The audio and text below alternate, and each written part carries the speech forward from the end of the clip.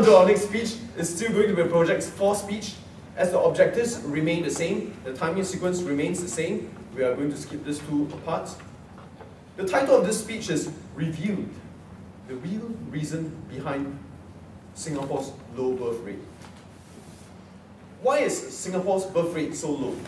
It's a question that everybody thinks they know, but actually, you don't.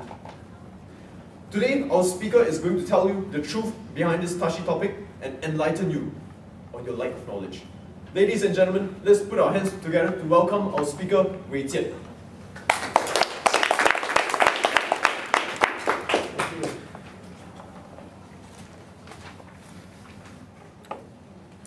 Good evening, fellow Toastmasters. How are you feeling today? Great. Great. Okay, only one person feels great. What about you? Do you feel great? Yes. Greater. That's very good. Very positive. Okay. But there's a saying, love is in the air.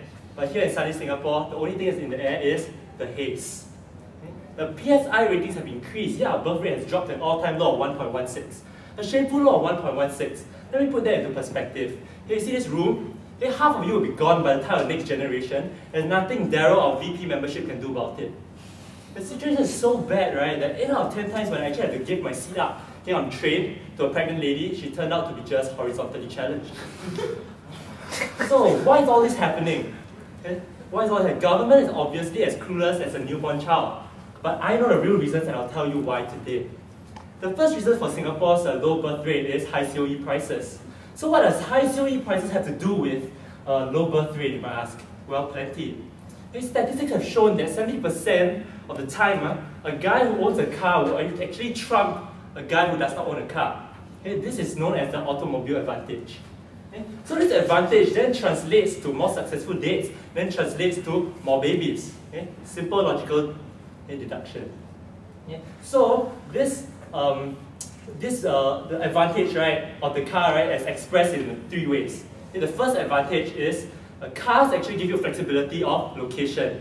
You know how picky girls can be when it comes to picking a location for a date. One moment she wants a frog porridge from Geylang. The next moment she wants chicken rice from Margaret Drive. If you have a car, you can take her anywhere she wants and make her happy. But if you don't, you have to take train. By the time you change from the northeast line to the east-west line to the circle line, she'll be so hungry she'll eat your head off like a female praying mantis. So if you have train, if you take train, she'll be so hungry she'll dump your sorry butt. The second advantage that the car actually brings to you is the flexibility of time. You can date anytime you want, as many times you want. You're not restricted to the rigid train timings of SMRT. Okay, dates way late into the night. This more dates equals to more love, equals to more babies. Simple logical deduction right there. The second reason, actually the third reason for advantage of a car is the most important one. It's a major advantage. This advantage is more alone time. There's no friends in the background playing gooseberry. You can actually have just you and her in a car. There's no one else. And you can get to know her on a deeper basis, deeper level. You can sit behind the wheel and show what a good driver you are, how much you're in control, what a man you are. But you can pop the more all-important question. Want to be my steady? All-important question. So, having a car is really advantageous. If you don't have a car, it negates all these advantages, making you less likely to nail that successful date that will eventually bear fruit. The second reason for Singapore's low birth rate is actually MLM, multi-level marketing. So you see this cute girl, you go up to the cute girl, try to chat her up. Then, before you even say a word, she turns to you and gives you the, "Are you trying to sell me MLM?" stare. That's because MLM salesmen are so good at their job that they approach all the girls in the country and actually ask them to buy acai berries and magnetic pillows. These girls then become defensive to anybody who approaches them, even to well-meaning guys like us. Let's say on the flip side, you actually manage to chat up this girl. Yeah, and you still to build that rapport, hit it off, and you're it seems like love at first sight. But it's a trap. The girl is actually waiting for the chance to sell you MLM. It sucks to be you. The third reason for Singapore's low birth rate is actually national service. As you all know, national service is a time where most breakups occur.